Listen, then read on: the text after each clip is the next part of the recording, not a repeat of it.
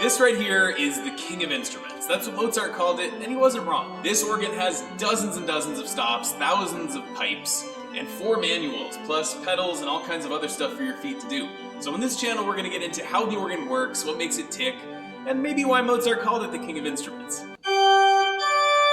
If you're a nerd like me, it would do me a huge favor if you would subscribe to this channel so that you can see the new videos that are coming out about how the instrument works, what it sounds like, and all that stuff.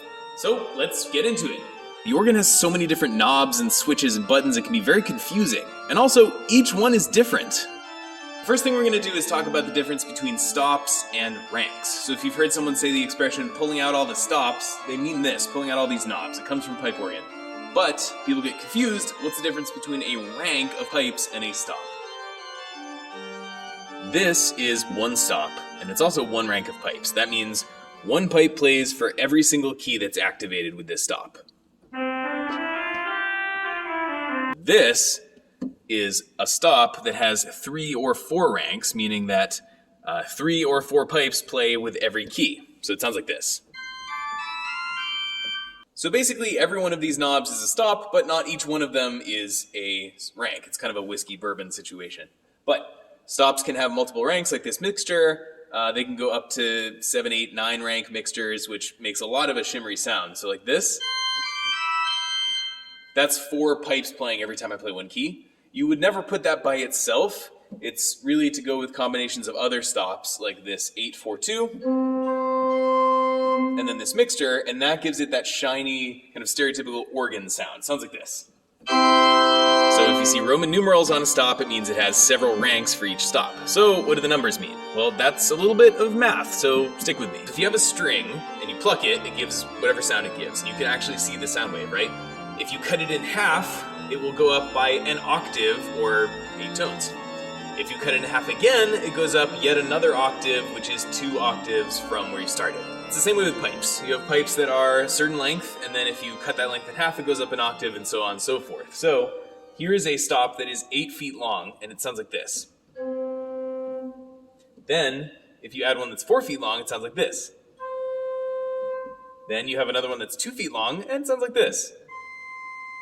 So if you put them all together, they stack. Listen.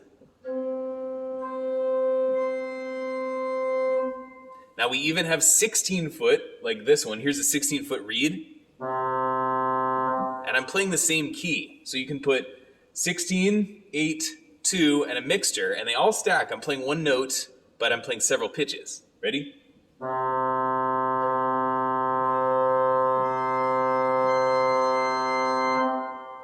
And so if you play a chord on it, it sounds really full. Now, those stops that I pulled out weren't actually that loud.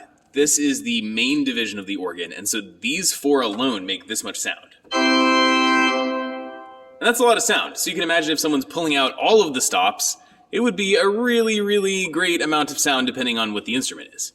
Now, you've probably heard already that the sounds have very different classes to them. Like I played one that sounded like a reed and one that sounded a little bit more like a flute. Well, that's because the pipe organ has many different classes of sounds, and the pipes are made differently in different ways for different purposes. So we'll start with reeds. Reeds have an actual reed in them, but it's still a pipe. It's made out of an alloy of lead and tin and other metals, and they throw them out over a table, and then when they kind of solder them together and wrap them up, there's actually a reed that they put inside, so when the air goes through, it actually makes this buzzy reed sound. Then you've got the strings, and the strings are narrower scale, and they sound kind of thin, and it sounds like this. And typically they tune one a little bit sharper than the other so that the pitches kind of wave against each other. And it's a really cool effect. Hear it? That most classic organ sound you know is called the principal sound.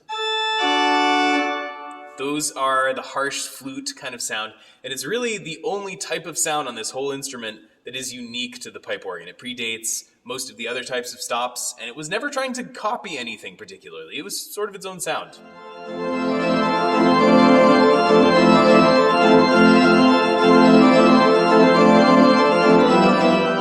Next, you have the flutes, and the flutes are soft and gentle and lovely and quiet. Very kind of orchestral sound. And often the quiet organ you hear is like that. And they're really pretty. They were from the start copying things like recorders or flutes, traversos, things like that. So the cool thing about all of this is that you can put all kinds of combinations together, whatever you want to see together. So flutes with reeds, principals with strings, and any pitch level you want. So you basically, it's like making a recipe. You decide what ingredients you want, you put it together.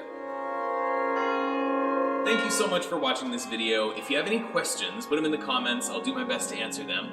And if you found me from TikTok, thank you for following me here. It would help me a ton if you would subscribe. I have a lot of really cool ideas, and it takes a while to make videos on YouTube, but I want to get better at it and do more of it. So subscribing would help me a ton. And yeah, ask any questions you have in the comments, and I'll do my best to answer them. Thank you so much, and let's keep figuring out all the cool things about the King of Instruments.